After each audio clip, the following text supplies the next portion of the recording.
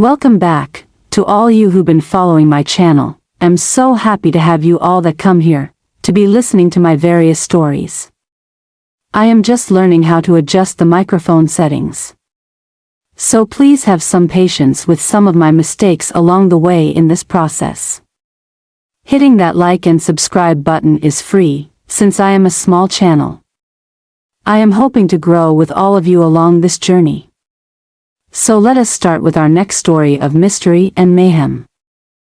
Ted Bundy was born Theodore Robert Cowell on November 24, 1946, to Eleanor Louise Cowell, September 21, 1924 to December 23, 2012, known by her middle name, at the Elizabeth Lund Home for Unwed Mothers in Burlington, Vermont. His biological father's identity has never been confirmed. His original birth certificate assigns paternity to a salesman and United States Air Force veteran named Lloyd Marshall, though a copy of it listed his father as unknown. Louise claims she met a war veteran named Jack Worthington, who abandoned her soon after she became pregnant. Census records reveal that several men by the name of John Worthington and Lloyd Marshall lived near Louise when Bundy was conceived. Some family members expressed suspicions that Bundy might have been fathered by Louise's father. In the 2020 documentary film Crazy, Not Insane, psychiatrist Dorothy Otno Lewis claimed she received a sample of Bundy's blood, though she did not specify from where, and had arranged a DNA test that confirmed that Bundy was not the product of incest. For the first 3 years of his life, Bundy lived in the Philadelphia home of his maternal grandparents, Samuel Connect Cowell, September 23, 1898 to December 4, 1983, and Eleanor Miriam Cowell née Longstreet, February 16, 1895 to April 25, 1971, who raised him as their son to avoid the social stigma that accompanied birth outside of wedlock at that time. Family, friends, and even young Ted were told that his grandparents were his parents and that his mother was his older sister. Bundy eventually discovered the truth. Although his recollections of the circumstances varied, he told a girlfriend that a cousin showed him a copy of his birth certificate after calling him a bastard, but he told biographers Stephen Michaud and Hugh Ainsworth that he had found the certificate himself. Biographer and true crime writer Ann Rule, who knew Bundy personally, wrote that he did not find out until 1969 when he located his original birth record. Bundy expressed a lifelong resentment toward his mother for never talking to him about his real father, and for leaving him to discover his true parentage for himself. Bundy occasionally exhibited disturbing behavior at an early age. Louise's younger sister Julia recalled awakening from a nap to find herself surrounded by knives from the kitchen, and 3-year-old Ted standing by the bed, smiling. Bundy's childhood neighbor Sandy Holt described him as a bully, saying, he liked to terrify people. He liked to be in charge. He liked to inflict pain and suffering and fear. In some interviews, Bundy spoke warmly of his grandparents and told Rule that he identified with, respected, and clung to his grandfather. In 1987, however, he and other family members told attorneys that Samuel was a tyrannical bully who beat his wife and dog, exhibited bigotry, including religious intolerance, racism, and xenophobia, and swung neighborhood cats by their tails. In one instance, Samuel threw Julia down a flight of stairs for oversleeping. He sometimes spoke aloud to unseen presences, and at least once flew into a violent rage when the question of Bundy's paternity was raised. Bundy described his grandmother as a timid and obedient woman who periodically underwent electroconvulsive therapy for depression and feared leaving the house toward the end of her life. These descriptions of Bundy's grandparents have been questioned in more recent investigations. Some locals remembered Cowell as a fine man, if a bit eccentric. A cousin of Bundy claimed that the negative characterizations of Cowell likely arose to explain why his grandson became a serial killer.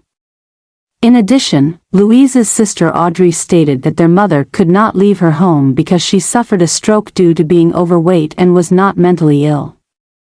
In 1950, Louise changed her surname from Cowell to Nelson and, at the urging of multiple family members, left Philadelphia with Ted to live with cousins Alan and Jane Scott in Tacoma, Washington.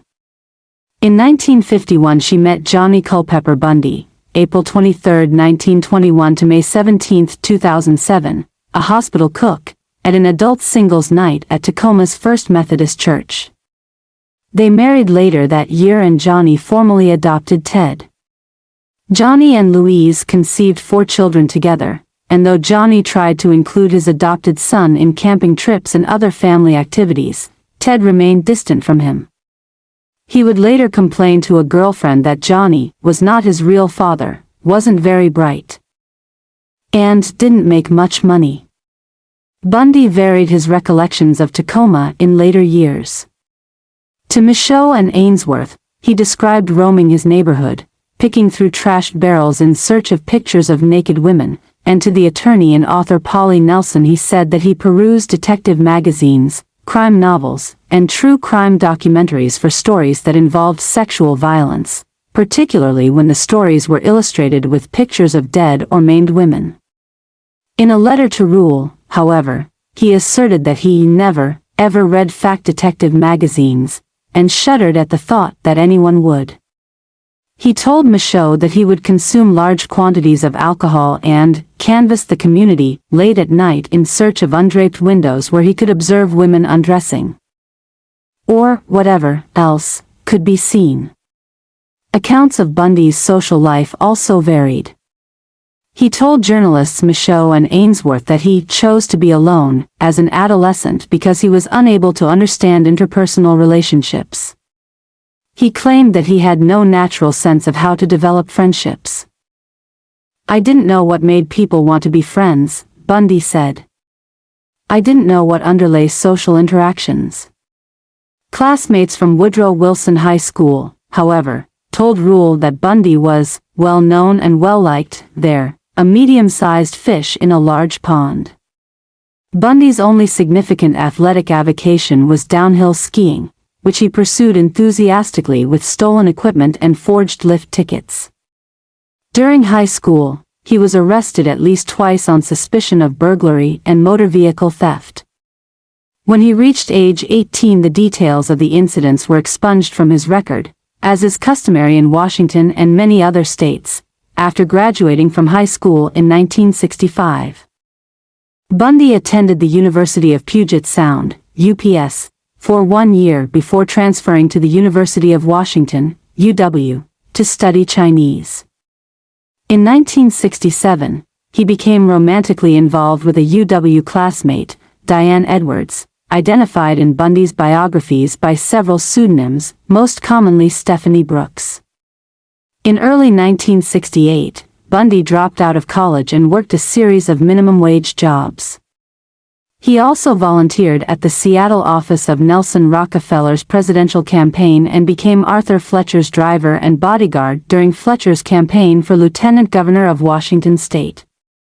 Edwards graduated in the spring of 1968 and left Washington for San Francisco. Bundy visited her later that year after he earned a scholarship to study Chinese at Stanford University that summer. In August, Bundy attended the 1968 Republican National Convention in Miami as a Rockefeller delegate. Shortly thereafter, Edwards ended their relationship and returned to her family home in California, frustrated by what she described as Bundy's immaturity and lack of ambition. Psychiatrist Dorothy Otno Lewis would later pinpoint this crisis as probably the pivotal time in his development. Devastated by the breakup, Bundy traveled to Colorado and then farther east, visiting relatives in Arkansas and Philadelphia and enrolling for 1 semester at Temple University.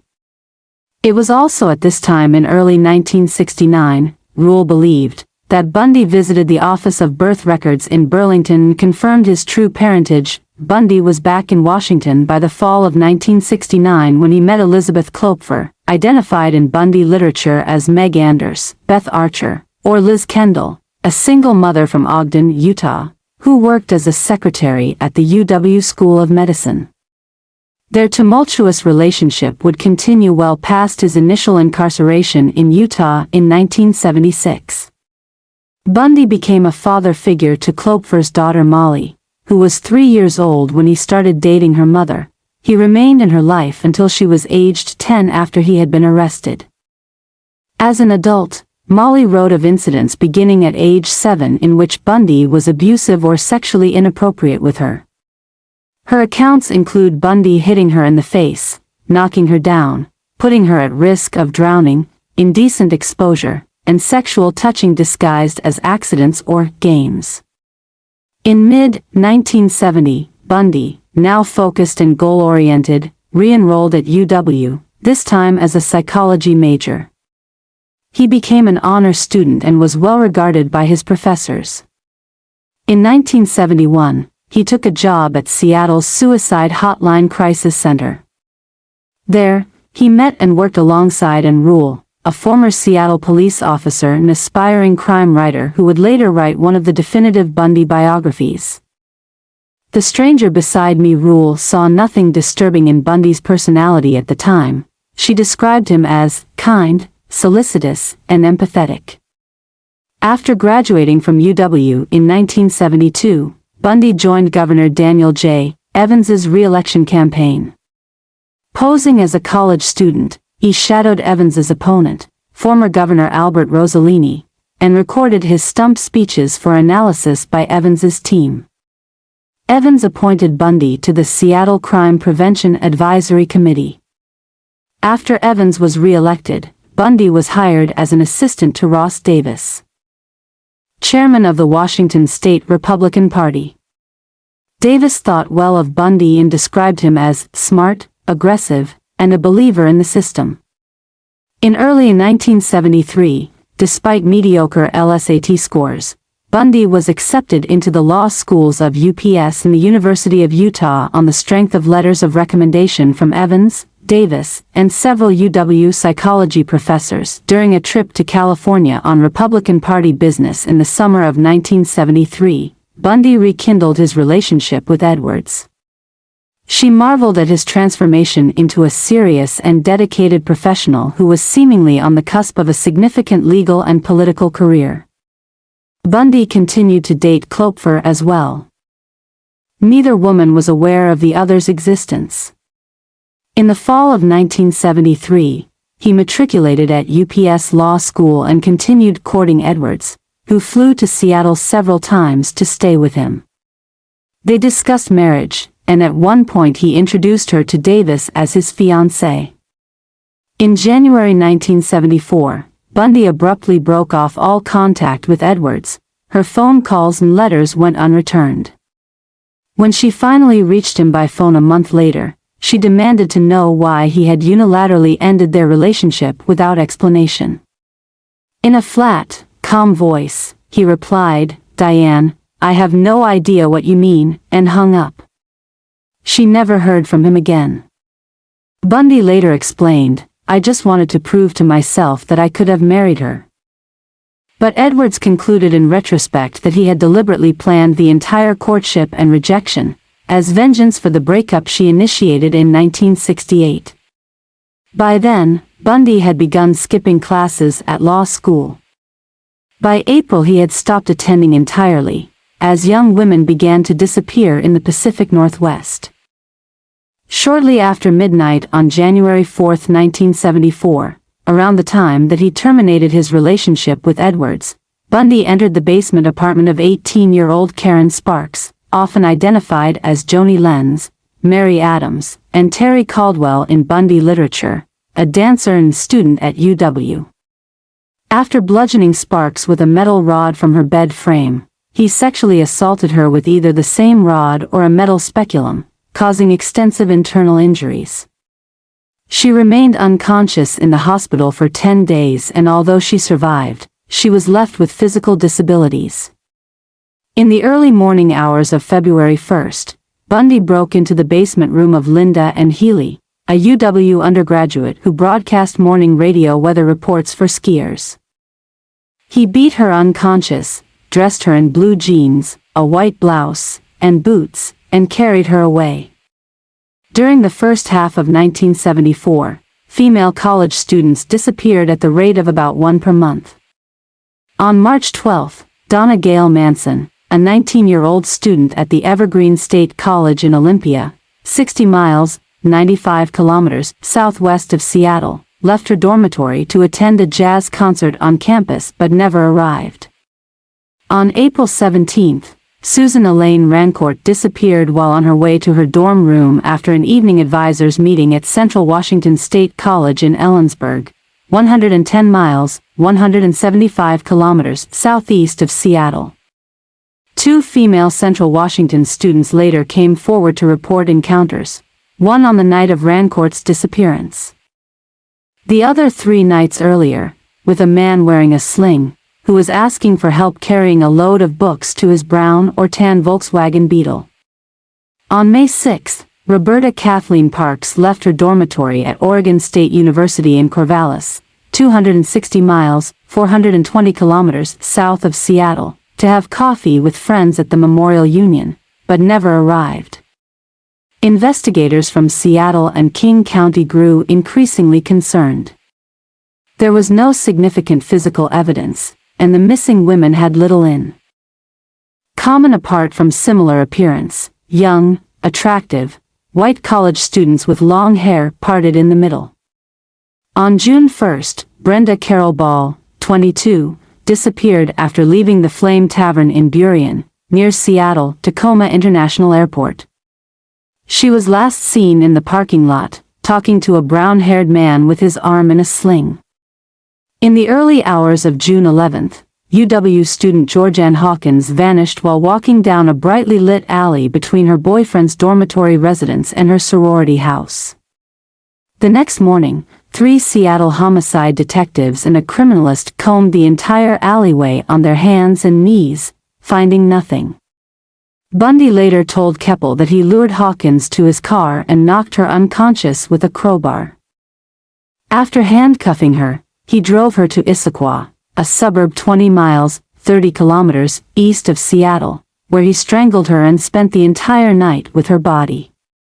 He later returned to the UW alley the morning after and, in the very midst of a major crime scene investigation, located and gathered Hawkins's earrings and one of her shoes where he had left them in the adjoining parking lot and departed, unobserved.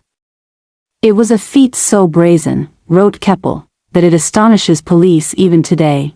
Bundy said he revisited Hawkins' corpse on 3 occasions. After Hawkins's disappearance was publicized, witnesses came forward to report seeing a man in an alley behind a nearby dormitory on the night of her disappearance. He was on crutches with a leg cast and was struggling to carry a briefcase.